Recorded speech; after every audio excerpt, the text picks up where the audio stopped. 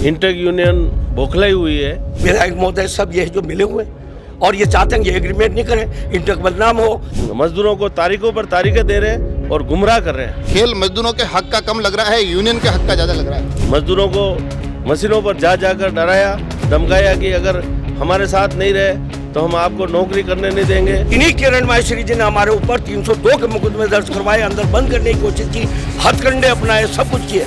माननीय जो यहाँ के कथाकथित साहब कहते थे, उन साहब के द्वारा यहाँ पर इतना अत्याचार किया गया, हमारे एक कार्यकर्ता का मर्डर हो गया, उसमें एक बार लाठीचार्ज हुआ और मजदूरों पर इतना अत्याचार किया।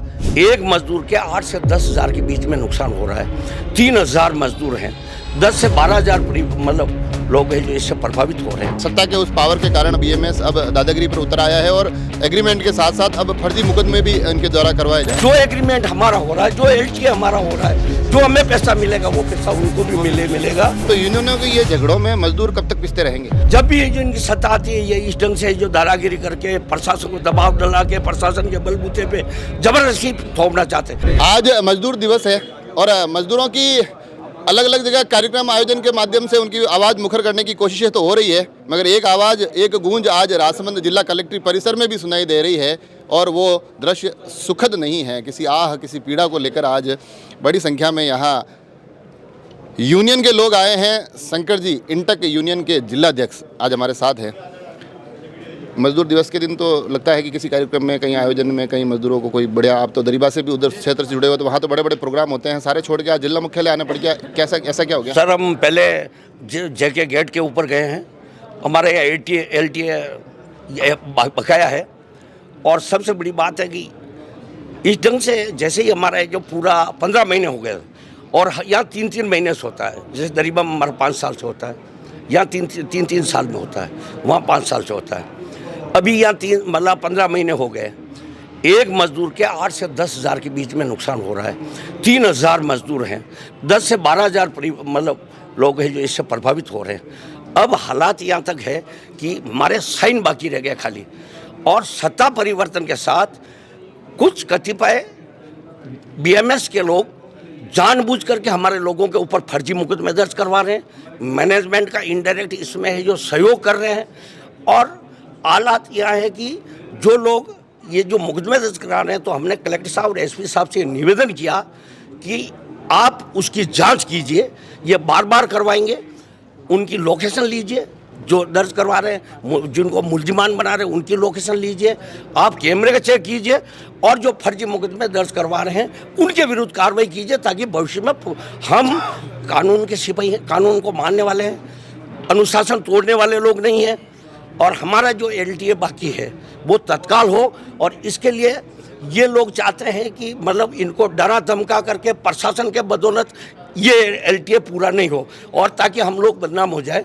मैं आज जब पूरे विश्व में नारा लग रहा है कि दुनिया भर के मजदूर एक हो, तो बीएमएस के उन लोगों से भी निवेदन करना चाहता हूं कि जो एग्रीमेंट हमारा हो रहा है, जो एलटीए हमारा हो रहा है, जो हमें पैसा मिलेगा वो पैसा उनको भी मिलेगा।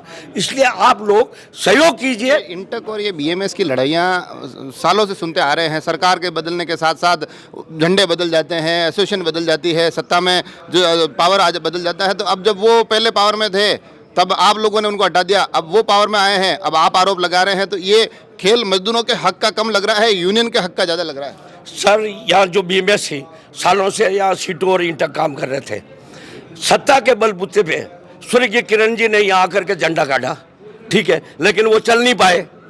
लोगों ने जो इंटक में वापिस मतलब समर्थन दिया, जो उनके जो सरकार कांग्रेस सरकार आने के बाद दिया वापस, नहीं उसके बहुत बाद में, सरकार से कुछ नहीं था, सरकार से के तो 3 साल बाद हम आए ना। लोगों की जब उनसे काम नहीं हुआ, लोगों के काम नहीं हुए, तो लोगों ने भावना की कि यार इससे तो इंटक ठीक थी, जिन्होंने शुरू से आज तक अपना काम कर रही है, तो उन्होंने हमारे को समर्थन दिया।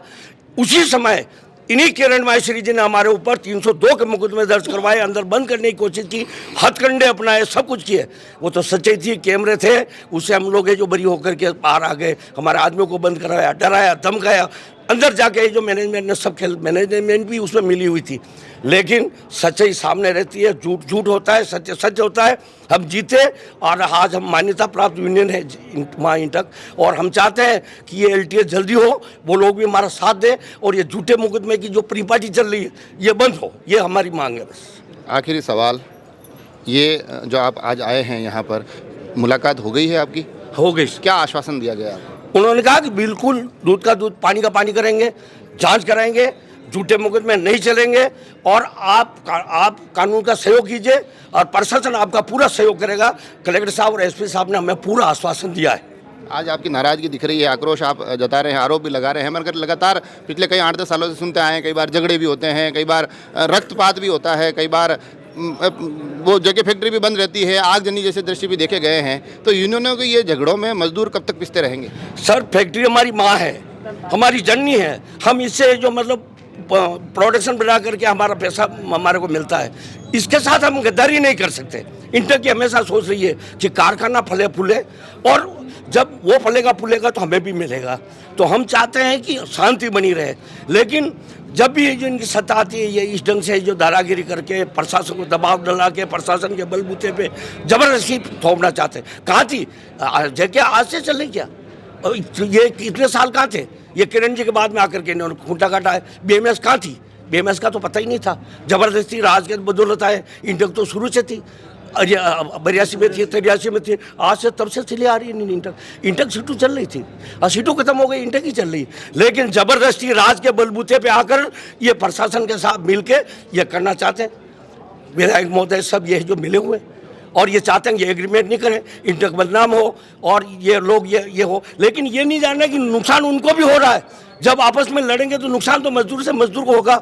मजदूर एक होकर के अगर लड़ेंगे तो निश्चित रूप से सफलता प्राप्त करेंगे। और यहाँ तो हमारा तो LTA पूरा हो गया है, खाली साइन बाकी है, उसमें आके रोड अटका रहे हैं। ये थे इंटक के जिलाध्यक्ष शंकर लाल जी, जो कि किसी मुकदमे को लेकर नाराज दिखाई दे रहे थे, साथ ही BMS पर कुछ गंभीर आरोप लगा रहे थे, मजदूरों के हितों के हनन के भी आरोप उसमें सुनाई दिए। तो अभी हमारे साथ BMS के पूर्व जिलाध्यक्ष दिनेश जी पालीवाल हैं।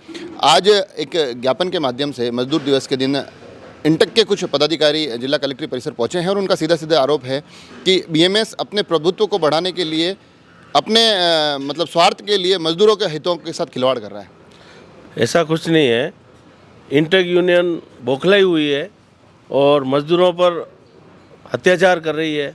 मजदूर परेशान है और उनसे परेशान होकर मजदूर भारतीय मजदूर संघ से जुड़ रहा है।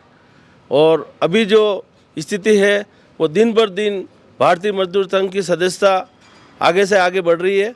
उससे बौखला कर इन्होंने 2-3 दिन पहले भी कंपनी के अंदर माहौल ख़राब किया, नारेबाजी की और मजदूरों को मशीनों पर जाकर डराया, धमकाया कि अगर हमारे साथ नहीं रहे तो हम आपको नौकरी करने नहीं देंगे, यहाँ आने नहीं देंगे, जान से मार देंगे। ऐसी कई धमकियाँ हमारे मजदूर साथियों को दी और ये लोग बौखलाए हुए हैं। न तो ये एग्रीमेंट कर पा रहे हैं, न ये कोई मजदूरों के हित का काम कर पा रहे हैं और ज़बरदस्ती का इल्ज़ाम भारतीय मजदूर संघ पर लगा रहे हैं। जबकि भारतीय मजदूर संघ हमेशा मजदूरों का हितैषी रहा है और इतने टाइम से, जबकि 14 महीने निकल चुके हैं और 14 महीने से भारतीय मजदूर संघ इंतजार कर रहा है कि अब भी एग्रीमेंट करें, अब भी एग्रीमेंट करें, लेकिन ये लोग मजदूरों को तारीखों पर तारीखें दे रहे हैं और गुमराह कर रहे हैं। इनका कहना है कि एग्रीमेंट में भी रोड़ा BMS के द्वारा अटकाया जा रहा है, क्योंकि अब इनके पास सत्ता है। सत्ता आने के बाद सत्ता के उस पावर के कारण BMS अब दादागिरी पर उतर आया है और एग्रीमेंट के साथ साथ अब फर्जी मुकदमे भी इनके द्वारा करवाए जा रहे हैं। नहीं, सत्ता के पावर से तो वो लोग आए,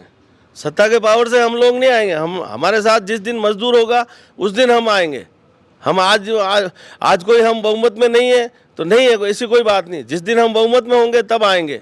लेकिन अगर सत्ता के अगर आप बात करते हैं तो माननीय जो यहाँ के कथाकथित साहब कहते थे, उन साहब के द्वारा यहाँ पर इतना अत्याचार किया गया, हमारे एक कार्यकर्ता का मर्डर हो गया, उसमें एक बार लाठीचार्ज हुआ और मजदूरों पर इतना अत्याचार किया कि हम मतलब उसको देख नहीं पा रहे थे, सहन नहीं कर पा रहे थे। फिर इन्होंने सत्ता हासिल की सरकार के बलबूते पर सत्ता हासिल की थी, और आज भी वो सरकार के बलबूते पर चलना चाहते हैं। तो सरकारें तो आती जाती रहती है। ऐसा तो नहीं, उन्होंने उस वक्त आप आरोप लगा रहे हैं सरकार के दम पर सत्ता हासिल की, अब आपकी सरकार है तो आप उस सरकार के दम पर सत्ता हासिल करना चाह रहे हो? ऐसा कुछ नहीं, ऐसा कुछ नहीं। हम सरकार के बलबूते पे नहीं, हम जनता और हमारे मजदूरों के बलबूते पर हम आएंगे। जब भी आएंगे हम मजदूरों के बलबूते पे आएंगे। एक आखिरी सवाल जो मैंने जिलाध्यक्ष इंटक को भी पूछा था कि ये यूनियनों के आपसी झगड़े में मजदूर कब तक पिसता रहेगा? यूनियनों का आपसी कोई झगड़ा नहीं है, उनका स्वार्थ है, इसलिए वो ये सारे चीज़ें हथकंडे अपना रहे हैं। बाकी ऐसा कुछ नहीं है। हम लोग मजदूरों के हित में हमेशा काम किया और काम करते रहेंगे।